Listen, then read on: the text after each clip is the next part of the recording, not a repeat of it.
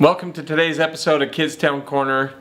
You've all looked at that setting on your phone when you're taking pictures and you got your little photo, and then there's one of them that says panoramic.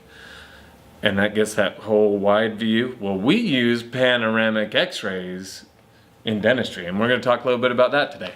Yeah, so why would you take a panoramic x-ray, and what's the difference between it and just a regular x-ray?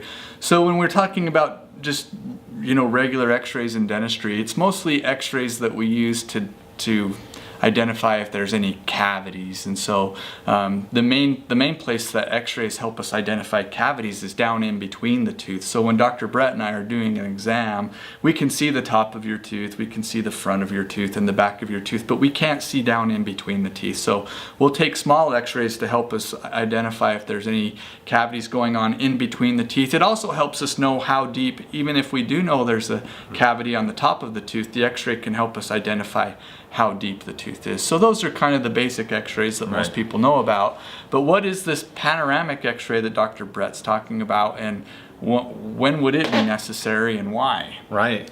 So a lot of times our first, especially in pediatric dentistry, this is big because we're always looking at development. So even from a young age, the first exam when we do these little toddler and infant exams, a big part of what we're looking at is overall development. Okay, size, shape, number of teeth, all look right, we're right on track. And a huge time that we do that is at age 6. So when the kids are 6 years old, that's a big transition time. A lot of times that's when they're losing teeth, starting to get permanent teeth in. So we like to get a panoramic x-ray. So that's really the standard of care across the board. Throughout the country, and the ADA gold standard there is a panoramic x-ray at age 6, because we can find a lot of things with that panoramic x-ray at that age. Yeah, the panoramic x-ray is going to go across and it's going to show us the child's entire jaw. It's going to show us not only the teeth that are in the mouth right now, but it's going to show us all of the permanent teeth that are developing that might not come in for another 5 or 6 years. And so being able to see that, being able to see not only the teeth that are in the mouth, but the teeth that haven't erupted into the mouth yet, helps us identify things like missing teeth. Yeah. Some people are missing some of their permanent teeth. They just didn't develop them all. The most common permanent tooth to be missing is the wisdom teeth, the third molar. Some people, if you're lucky. If you're lucky, yeah. Some people won't have any of their wisdom teeth, or some people have 2 out of the 4, or 3 out of the 4, or sometimes even 1 out of the 4. So taking that panoramic x-ray, it helps us identify if there are any missing teeth, but more importantly, it'll help us identify if there are any extra teeth. Right. Yeah, and that's crazy. People are like, extra teeth? Does that really happen? It does. A lot.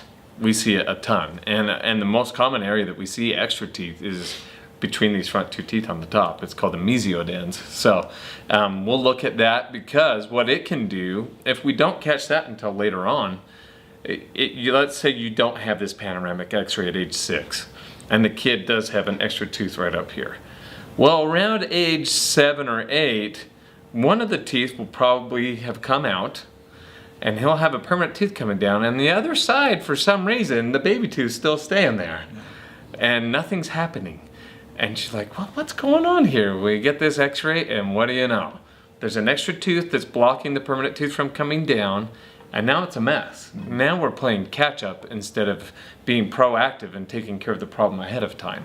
If you catch this problem ahead of time with an extra tooth, you're proactive with it. You can remove that extra tooth, the 2 teeth come down together, much less of an orthodontic issue later on. Your overall outcomes are better. And so the reason we get these is we can catch things ahead of time before they become an issue, which leads to other things we can find on there. Right. And even with missing teeth, catching that ahead of time allows us to be proactive. We can bring the orthodontist on board and say, okay, we're missing these teeth. Like Dr. Brett said, this top front area is a very common area for extra teeth and even missing teeth sometimes. And so it allows us to be proactive and plan ahead of time. And then the other thing that we'll find sometimes, in addition to missing teeth and extra teeth, are impacted teeth, especially those canines, those maxillary canines. They kind of start at an angle like this, and they're supposed to kind of turn and drop down into place, and a lot of times they'll just kind of keep going this way. Right. And so we're able to catch that ahead of time and be able to, together with the orthodontist, you know, figure out a way that we can get this canine to turn and kind of come in where it's supposed to. If you wait too long, if you don't catch it early enough, the only way to get that canine to come down is to expose it surgically, to bond a bracket to it, and to use a chain to pull it down. But if we catch it earlier, there's other non-surgical options that may be successful in helping that canine come down into its right place. Absolutely. One of the last things that we're looking at overall when we're looking at the overall development is seeing if there's any abnormalities on the x-ray, and with that could be anything from soft tissue cyst to a benign tumor, but even to oral cancer. And so we definitely, the main reason the standard of care is there is to prevent those things, and or find them, not necessarily prevent, that's the wrong word, but to find them early so we can prevent bigger issues later on. And so we do find some of those things. We find, I mean, I had a kiddo the other day that we found a cyst that was actually kind of up in his nose, and referral to the ENT that we found on a panoramic x-ray. We'll see cysts down in the jaws, or sometimes we'll see abnormalities with the development of the joint, and pick up on things there. So panoramic x-rays are a huge piece of any dental practice, especially while your kid is developing, while we can catch things that might be an issue. And so that's why we do recommend those. It's not one of those things that we just do it just to do it. There's definite purpose behind it. A lot of times it may seem that way because we get this panoramic x-ray and we say, oh, it looks great, it's normal.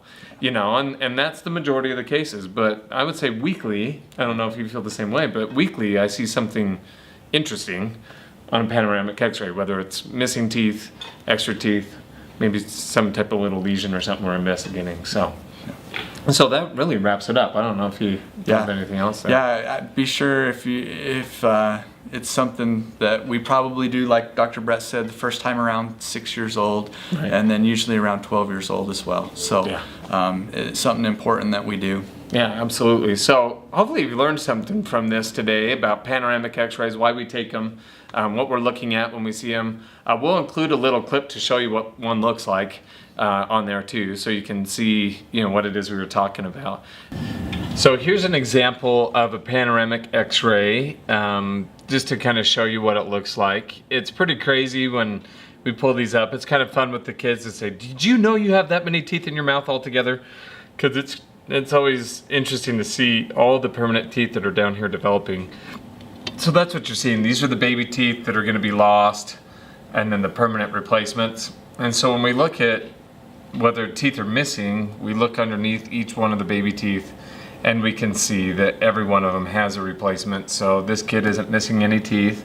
One of the things Dr. Wren talked about was the inclination or angle of the canines developing, and those both look pretty favorable. Sometimes you'll see those at this age sitting sideways, and that would be a reason to do an orthodontic consult. We can see second molars developing, which typically come in around age 12, and on this particular patient we can see even the very beginning of tooth buds of the permanent teeth forming back there. So we do that analysis, make sure that everything looks stable, development looks great, and that's essentially your basics of a panoramic x-ray. You can look at the jaw joint, make sure that looks good and doing well, overall spaces look great, no sign of any, you know, abnormalities, and overall development looks really on point here. And so that's a really good example of a nice digital panoramic x-ray. And if this was helpful, any questions, whatever, put them down below. If it was helpful, send it on to your family and friends, and we appreciate you joining us today.